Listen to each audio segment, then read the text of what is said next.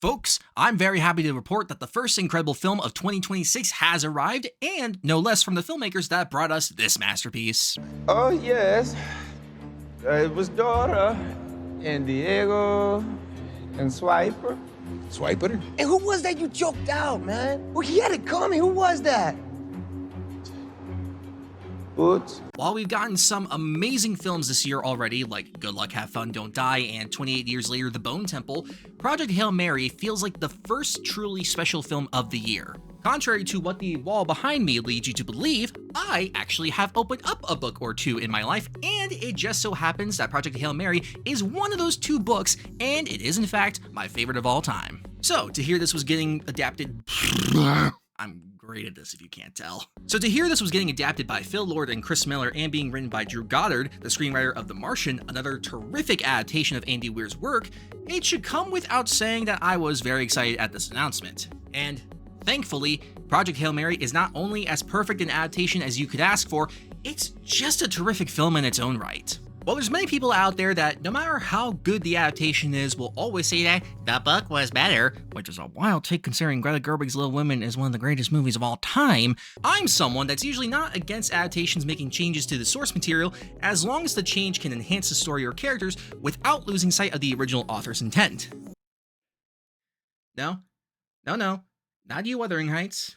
Certain strange movies aside, things like HBO's The Last of Us or films like Dr. Sleep, I consider to be good adaptations, not just despite their differences or changes, but often because of them. Every change serves to not only have the material stand apart from its original counterpart, they also enhance the material already present and, in cases like Dr. Sleep, end up becoming better and more impactful than the original. Yeah, that's right.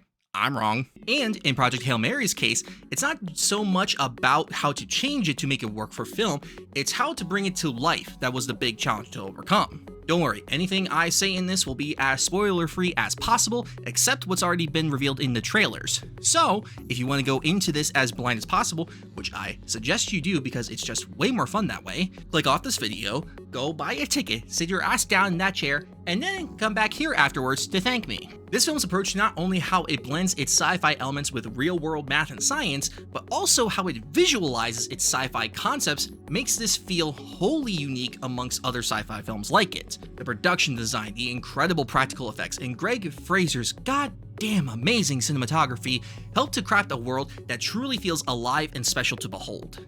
While Interstellar may still be my favorite sci-fi movie, Nolan's attention to realism does sometimes feel like it's getting in the way of the more fantastical elements at play in that narrative. Don't twist my words, I would never dare say anything bad against that movie. I'm just saying that it feels refreshing to have a film like this that finds the right balance between realism and the more out there sci-fi concepts it presents. But aside from its amazing technical aspects that I'm sure more qualified nerds than me could gush about, it's how this film never loses its sense of stakes while still being able to retain the heart and humor that's at the center of this story that makes it so special. What I love so much about Andy Weir's writing is that despite putting his characters in some of the worst conditions possible, he never loses sight of the humanity behind them. It would have been very easy for this film to have gone super doom and gloom given the stakes at play, and I think that's where Lord and Miller being on board to direct made this fear practically non-existent. While their only live-action films have been the Jump Street movies, those films weren't the greatest showcase for interesting visuals or striking direction. Again, I would never dare say anything bad against those movies. I just think that until this film, the only time we got to see their eye for incredible visuals was through their animated works. Whether it be films they've directed or just produced, these guys very clearly have a love for pushing boundaries when it comes to how stories can be told visually, especially in the world of animation. And here, while it may seem like your standard sci-fi film on the surface, by hiring Greg Fraser, the cinematographer of The Creator, The Batman, Dunes Part 1 and 2, it's very easy to tell these guys wanted this film to stand apart from just about every other sci-fi film out there. The way Fraser uses light, obtuse angles, and sometimes claustrophobic close-ups truly made this a sight to behold. There's some terrific sequences in this that had me on the edge of my seat, and a big part of that was due to Fraser's incredible visuals. But it's not just their eye for visuals that make these two such incredible filmmakers. It's how much heart they pump into everything they make that makes them one of a kind. Ryan Gosling is pitch perfect in this movie, being utilized to the height of his abilities as a performer, and the way Lord and Miller craft a truly heartfelt and unbreakable bond between him and a goddamn rock should be enough evidence these guys are good at what they do.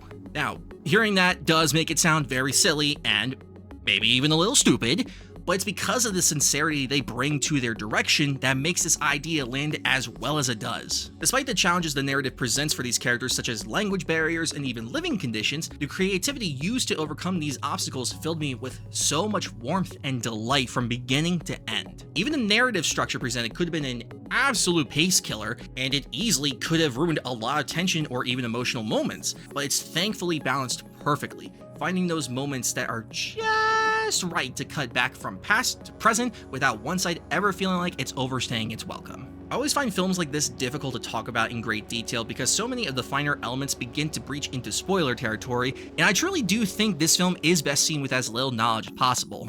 While I could very easily go on about this film for days, I think I'm going to leave it off here.